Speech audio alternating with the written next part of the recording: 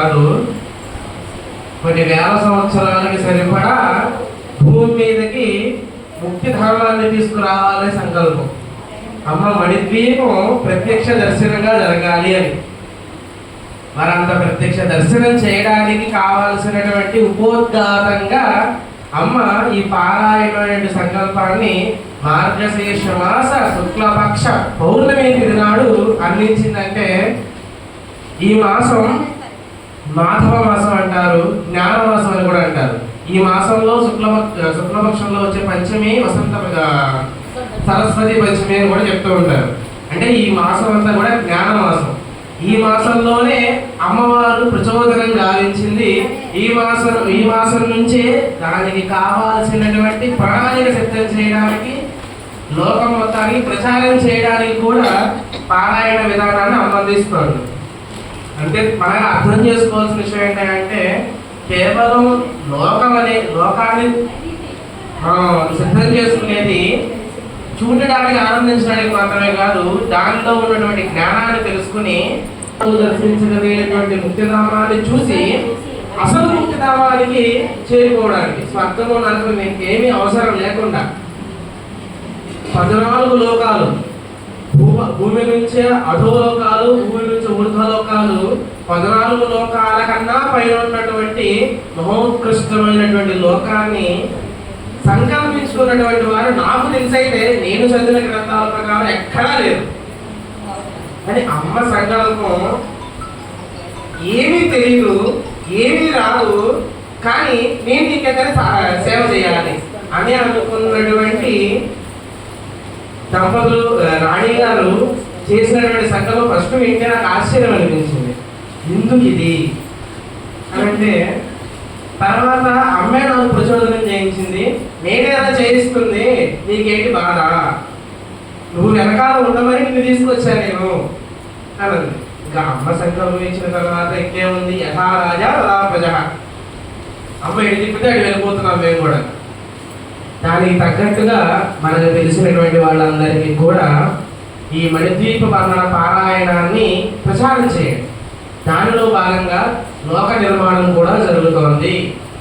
ఆ లోక నిర్మాణం మనం ఉండగానే మన మాంస చక్షువులతోనే ఆ 19 ప్రాకారాలు కూడా అణువణువు చూసుకుంటూ మోక్షధామమైనటువంటి చింతామణి గ్రహంలోకి అడుగుపెట్టే అర్హతను కూడా అందించి, అమ్మ నీ సన్నిధానాన్ని తీసుకెళ్ళిపో అని సంకల్పం చేసుకోవడం తప్ప ఇంకోటి ఏమీ లేదు.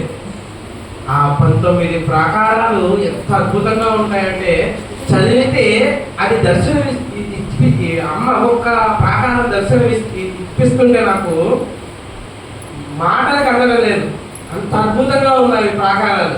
నిజంగా అవి దర్శనం జరిగితే ఇంకొకటి ఏదే లేదండి. ఏదైనా సరే జీవన చక్రం నడవడానికి 3 చాలా ముఖ్యం. ధనం, ధాన్యం, ఆరోగ్యం. ఈ 3 చాలా ముఖ్యం. ఈ 3టిని సమతుల్యంగా తీసుకువెళుతూ జ్ఞానం అనేటటువంటి ధారని కూడా ధారాపాతంగా మనం నింపుకోగలిగితేనే మనశ్శాంతి అనేది ఉంటుంది. ఈ 3 ఉన్నంత మాత్రాన శాంతి ఉండదు. శాంతి ఎక్కడ ఉంటుంది అంటే జ్ఞానం దగ్గరే ఉంటుంది. జ్ఞానం హృదయంలో ఉంటే ఉంటుంది.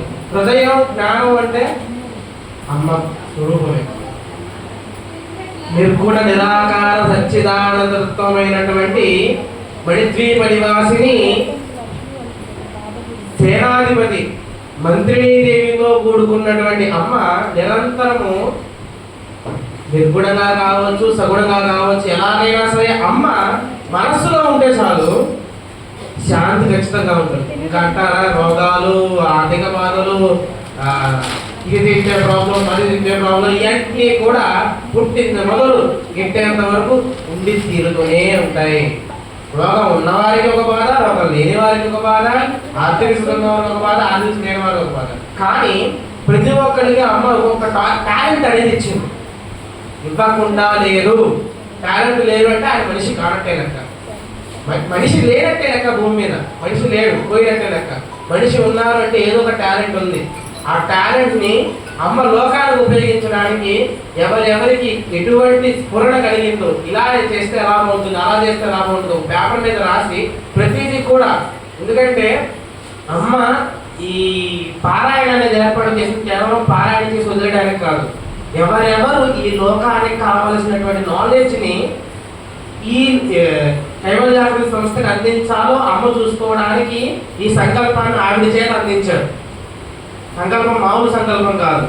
ఎవరెవరు ఏ టాలెంట్ వాళ్ళు ఉన్నారో ఆ టాలెంట్ వాళ్ళందరూ కూడా ఇక్కడ కనెక్ట్ అవ్వాలి, ఈ లోకానికి ఉపయోగపడాలి. అందుకోసమే ఈ పారాయణం. దానితో పాటు ప్రతి ఒక్కరికి అందజేయాలి అనేటువంటి విషయాన్ని కోసం ఈ పారాయణ అనేది ఏర్పాటు జరిగింది. ఇంతకు ఇంతై జనాలు మొత్తం మన భారతదేశం మొత్తం అంతా కూడా ప్రచారం అయిపోతే లోకానికి ప్రతి ఒక్కళ్ళు ఎవరికి ఏ విద్య కావాలా, దశమహా విద్యలు కావాలా, ఇంకా బాలా విద్య కావాలా, శ్రీ విద్య కావాలా, అన్నీ కూడా ఆ లోపల ఉండేటట్టుగా అమ్మ దర్శనం ఇప్పించింది. కాబట్టి చెప్తున్నా, ప్రతి ప్రాకారంలో ఏది ఎలా ఉండాలో, ఏది ఎలా ఉండాలో అమ్మ చెప్తూ ఉంది. దానికి తగ్గట్టుగా అన్ని విద్యలు, విష్ణు విద్యలు, శివ విద్యలు, గణపతి విద్యలు, అమ్మవారి విద్యలు అన్నీ కూడా 19 ప్రాకారాలలో అమ్మ దర్శనం ఇప్పించింది. అంటే ఎవరికి ఏది కావాలన్నా అన్ని ఆ లోకంలో దొరుకుతాయి, ప్రతిదీ దొరుకుతాయి. ఆ దొరికేటట్టుగా అమ్మ నిర్మాణం చేస్తోంది. కాబట్టి ఎవరెవరికి ఏ టాలెంట్ ఉందో ఆ టాలెంట్ మొత్తాన్ని కూడా ఒక పేపర్ మీద అందించి ప్రతి ఒక్కరికి, అంటే ఇక్కడ చెప్తున్న వాళ్ళందరికీ కూడా ఇది తెలియజేస్తే ప్రతి ఒక్కరికి టాలెంట్ ఉంటుంది. టాలెంట్ లేని వాళ్ళంటే ఎవరు లేరు. ఆ టాలెంట్ ని అమ్మ వైపుకి తిప్పడానికి మనం ప్రయత్నం చేయాలి. అదొక్కటే నేను